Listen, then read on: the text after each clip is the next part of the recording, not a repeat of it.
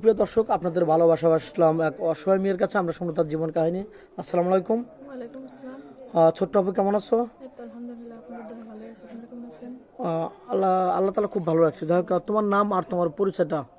আমার নাম মোসাম্মদ নদী আক্তার, নদী আক্তার, হোম ডিস্ট্রিক্ট পাবনা কাশনাথপুর। পাবনা কাশনাথ। তোমার ফ্যামিলিতে একজন কে কেউ আছে? আরেকবার দর্শক বন্ধু জানতে চাই। আমার ফ্যামিলিতে মা বাবা নাই, আমার দাদি আছে। শুধু দাদি আছে না?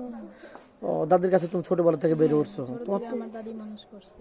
তোমার তো কোনো ভাই বোন নেই না? না, আমার তুমি কোনো একা? ভাই বোন নেই। তোমার চাচা বা মামারা আর দেখে না, না কেউ নেই? না, নেই। তার মানে মামাটা আসতে খোঁজ নেয় না। মামা খোঁজ নেয় না? তাহলে তো তোমার জীবনে অনেক আমার কষ্ট। মা যেহেতু বেঁচে নেই, এই জন্য মামারা খোঁজ নেয় না। তাহলে তো তোমার জীবন অনেক কষ্ট না?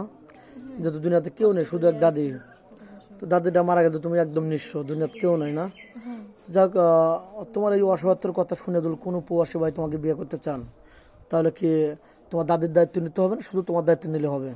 না, দাদি দেখতে দিয়ে দিছে, মানে এই ইয়ের সামনে আসার জন্য। ও আচ্ছা, যাক, না, যদি তোমাকে কেউ বিয়ে করতে চান, তোমার দাদিকেও চালাতে হবে না শুধু তোমাকে চালালে হবে? আমাকে চালাতেই হবে, আমার দাদি কোনো রকম ভাবে চলতে পারে কোনোরকমভাবে নাকি? চলবে আর তার দায়িত্ব নিতে হবে না?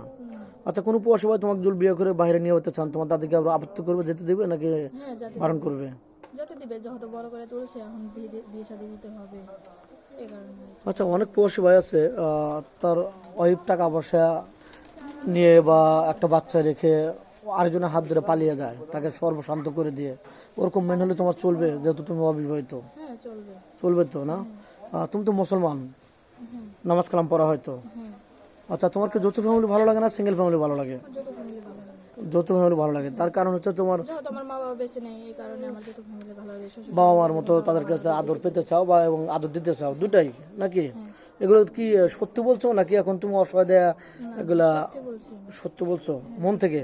হ্যাঁ, মন থেকে বলছি। ও আচ্ছা, যাক, ভালো একটা ছেলের সাথে তোমার বিয়ে হলো, আমার দ্বারাই হোক আর তোমার নসিবে থাকুক, যে কোনো ভাবে তোমার একটা ভালো ছেলের সাথে বিয়ে হলো।